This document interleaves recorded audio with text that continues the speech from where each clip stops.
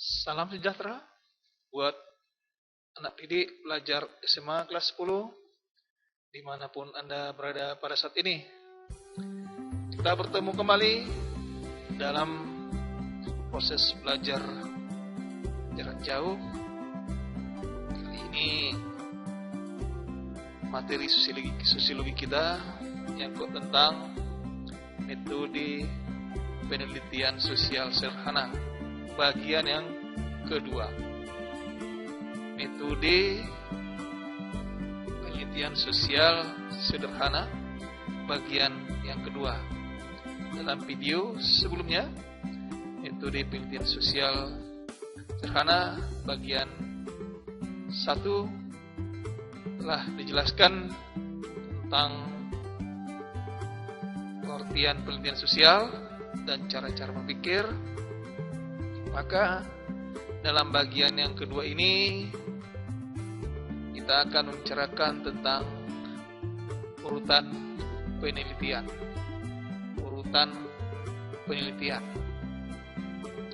Jadi setiap melakukan penelitian, khususnya penelitian sosial, selalu berangkat dulu dari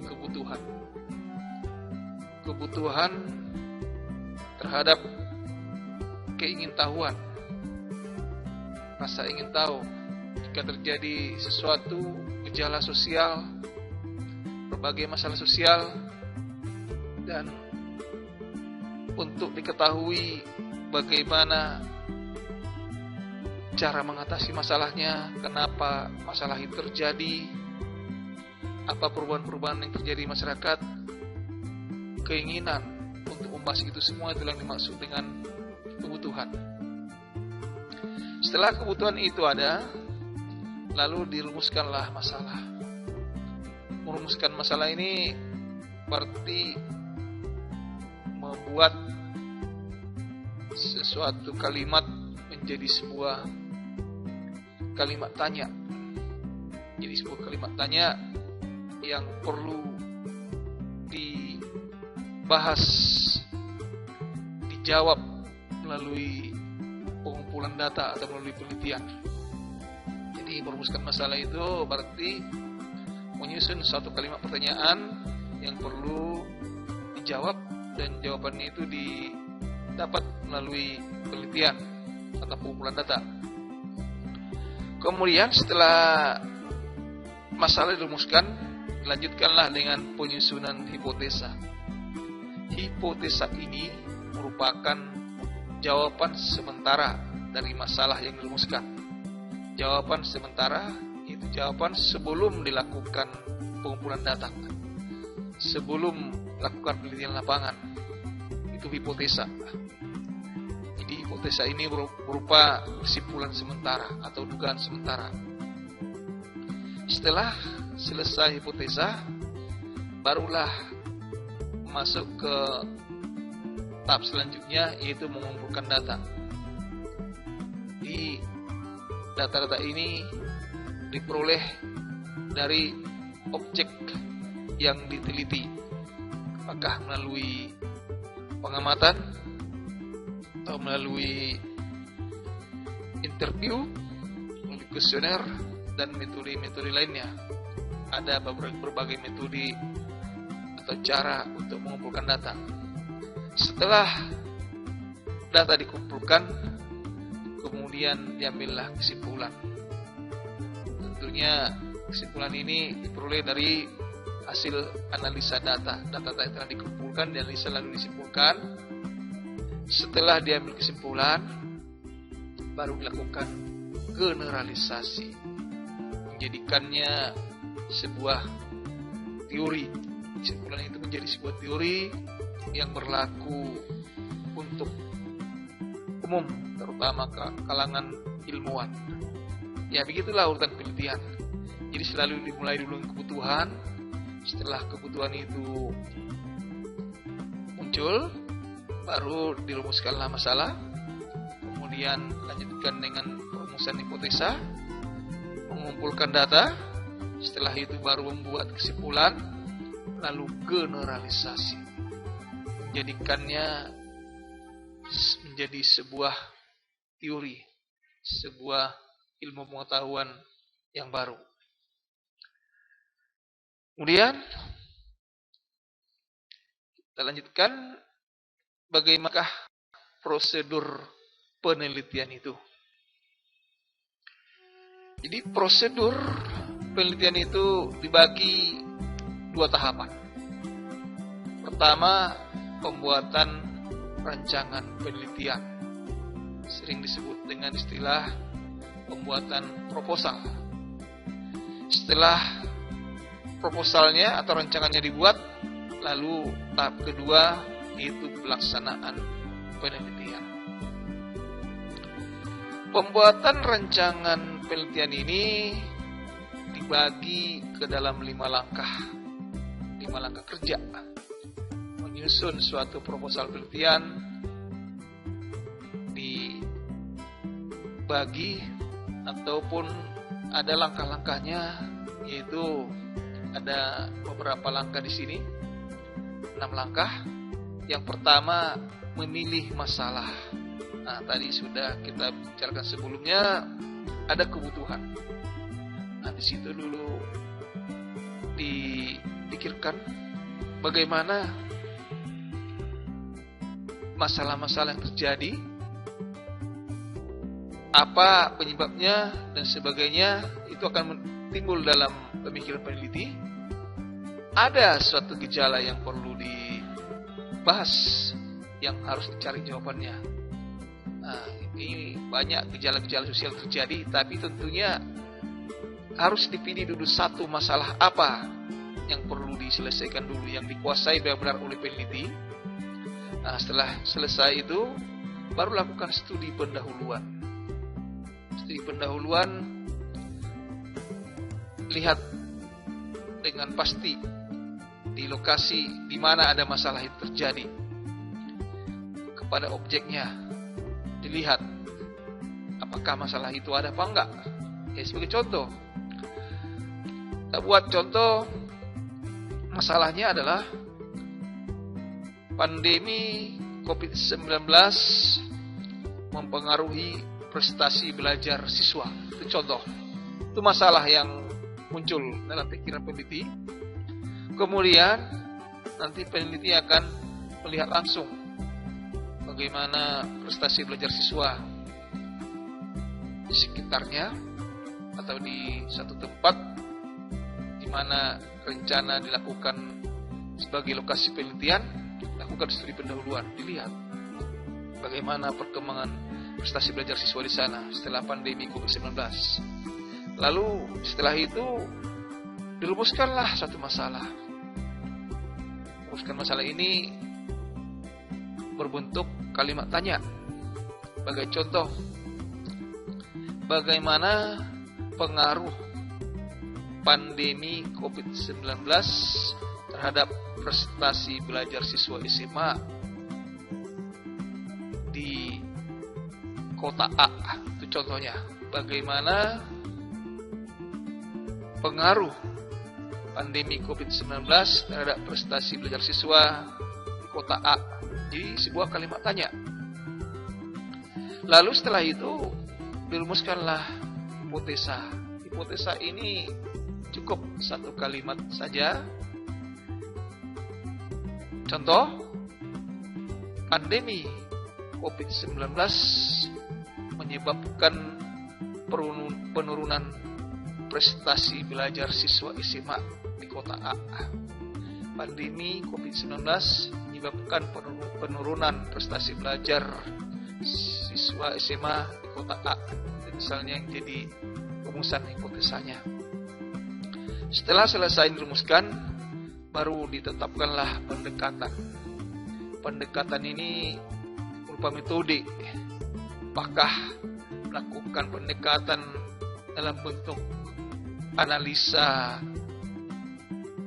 statistik atau mungkin deskriptif, yang berarti pemilihan apakah menggunakan metode kuantitatif atau kualitatif. Nanti akan ditentukan di sini pendekatannya. Kalau menggunakan metode kuantitatif atau metode statistik berarti membutuhkan angka-angka. Sedangkan apabila menggunakan analisa deskriptif atau kualitatif, yang dibutuhkan adalah menganalisa dengan kata-kata. Lalu yang keenam, menentukan variabel dan sumber data. Ya, di sini tentukan nanti variabelnya. Sebagai contoh, kalau misalnya judul penelitiannya pengaruh pandemi COVID-19 terhadap prestasi belajar siswa SMA di kota A, maka ada di situ variabel pengaruh dan variabel terpengaruh. Variabel pengaruh ya tentunya pandemi COVID-19. Pengaruhnya adalah prestasi belajar siswa SMA di kota A. Lalu sumber datanya nanti diambil dari mana? Apakah langsung diambil dari lapangan penelitian di kota A dengan menentukan satu lokasi tertentu di kota A, atau mengambil sampel, atau mungkin dari data-data berupa dokumen-dokumen, atau mungkin dari hasil interview dan sebagainya. Setelah selesai langkah ke-6, maka telah rampung pembuatan rancangan penelitian. Selesai pembuatan rancangan penelitian, masuk ke prosedur yang kedua, yaitu pelaksanaan penelitian. Dalam pelaksanaan penelitian ini ada lagi 4 tahapan yang harus dilalui. Yang pertama, menentukan dan menyusun instrumen. Ini adalah alat-alat yang digunakan untuk penelitian. Apakah berupa daftar pertanyaan, apakah alat-alat pendukung seperti kamera, atau mungkin komputer, dan sebagainya. Kemudian setelah itu mengumpulkan data. Mengumpulkan data ini tergantung kepada metode pengumpulan datanya. Apakah menggunakan metode pengamatan atau wawancara, atau kombinasi keduanya. Apakah mencari dokumen-dokumen dari perpustakaan, dari buku-buku, internet, dan sebagainya. Kemudian setelah selesai proses pengumpulan data, lanjutkan dengan tahapan selanjutnya, yaitu menganalisis data. Menganalisis data ini tergantung metode pendekatan yang telah ditentukan dalam proposal sebelumnya. Apakah menggunakan pendekatan secara kuantitatif atau kualitatif, apakah secara statistik atau deskriptif. Setelah itu barulah menarik kesimpulan dari hasil penelitian. Demikian prosedur penelitian. Kemudian apabila penelitian telah selesai dilaksanakan, maka perlu penulisan laporan penelitian. Laporan penelitian ini merupakan hasil daripada penelitian. Dan dalam menulis laporan penelitian ada sistematikanya. Bagaimana sistematika laporan penelitian? Nah, ini kita bahas di sini, pembuatan laporan penelitian. Umumnya suatu laporan penelitian terdiri atas 5 bab. Bab 1, bab 2, bab 3, bab 4, bab 5. Ada 5 bab. Kemudian nanti dilengkapi lagi dengan lampiran sesuai kebutuhan. Untuk bab 1 yang menjadi kerangkanya seperti berikut ini. Di bab 1 itu ada latar belakang masalah. Nanti tentunya di sini akan dijelaskan kenapa peneliti tertarik meneliti masalah tersebut. Kemudian juga ada identifikasi masalah, yaitu pengenalan masalah lebih jauh. Lalu pembatasan masalah, ya ini penting. Jangan penelitian yang mengambang, merembet kemana-mana, merimis kemana-mana, sehingga perlu dibatasi masalahnya. Nah, setelah itu baru dirumuskan masalah. Tadi sudah dijelaskan bagaimana cara merumuskan masalah, cara ringkas. Nanti di sini juga harus dicantumkan tujuan penelitiannya itu apa. Apakah tujuannya ini untuk mengembangkan ilmu pengetahuan, atau untuk pembangunan dan sebagainya. Lalu kegunaan penelitiannya untuk apa? Kegunaannya apakah untuk akademisi, untuk pemerintah dan sebagainya. Nah, di sini ditentukan bagaimana tentang latar belakang, identifikasi, pembatasan masalah, perumusan, tujuan dan kegunaan. Itu isi dari bab 1. Setelah itu bab kedua dari laporan penelitian itu berisikan, ini ada 4. Pertama, pengkajian teori, kemudian pembahasan penelitian, penyusunan kerangka berpikir, lalu perumusan hipotesa. Jadi suatu penelitian ilmiah harus dikaji secara teori. Jadi bisa nanti dikutip pendapat atau teori-teori daripada ahli yang telah melakukan kajian atau penelitian terhadap masalah yang teliti. Kemudian pembahasan penelitian, nanti teori ini lebih spesifik dituangkan lagi ke dalam penelitian itu. Lalu disusunlah kerangka berpikir, jadi suatu konsep penelitian nanti ketika mau mengumpulkan data ataupun menganalisa data, tentunya berdasarkan teori yang sudah ada ini, ada konsep berpikir bagi peneliti. Setelah itu baru dirumuskan hipotesa. Itulah isi dari bab 2. Setelah bab 2, pada bab 3 ada 6 langkah yang perlu dituliskan di sini. Yang pertama, tujuan penelitian itu untuk apa? Sebenarnya sudah ada di bab 1, tapi lebih spesifik lagi dijelaskan di sini, sehingga pembaca penelitian itu makin mudah memahami nanti kemana arah penelitiannya. Kemudian yang kedua, tempat dan waktu penelitian. Tempat dan waktu penelitian ini harus dituliskan, karena satu penelitian itu harus jelas di mana tempatnya dan waktunya berapa lama. Kemudian metode penelitiannya bagaimana? Nah, apakah nanti menggunakan pendekatan kuantitatif atau kualitatif, dan berbagai metode pengumpulan datanya nanti akan ditetapkan di sini. Kemudian teknik pengambilan sampel. Bagaimana nanti teknik pengambilan sampel? Karena kalau misalnya populasinya banyak, orang yang diteliti itu banyak, nggak mungkin diteliti semua. Perlu ditentukan sampel, dipilih perwakilan daripada populasi itu. Siapa-siapa saja yang nanti dia akan diteliti, diamati mungkin atau diwawancarai. Ini ada teknik pengambilan sampelnya dan harus dicantumkan di sini bagaimana caranya. Kemudian teknik pengumpulan data. Mengumpulkan datanya menggunakan wawancara kah, menggunakan pengamatan kah, dan sebagainya. Kemudian teknik analisa data, apakah menggunakan rumus statistik atau melakukan pendekatan deskriptif. Nah, di sini ada teknik analisa datanya ditetapkan. Setelah rampung bab 3, baru pada bab 4 ada beberapa poin di sini, ada beberapa pasal yang perlu dituliskan. Yang pertama, variabel yang diteliti. Tadi sudah kita singgung mengenai variabel, ada variabel pengaruh, ada variabel terpengaruh. Harus dijelaskan di sini.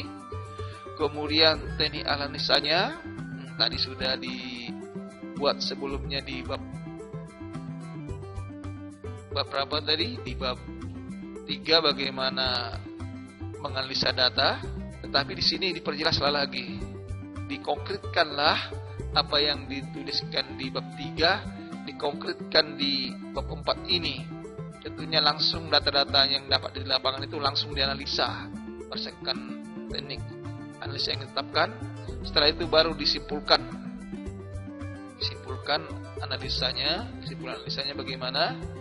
Setelah selesai dianalisa, disimpulkan analisanya, lalu penafsiran kesimpulan.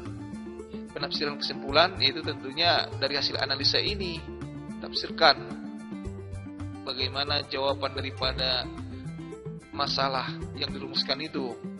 Nah, setelah itu baru kesimpulan pengajuan hipotesa. di sini diuji hipotesanya.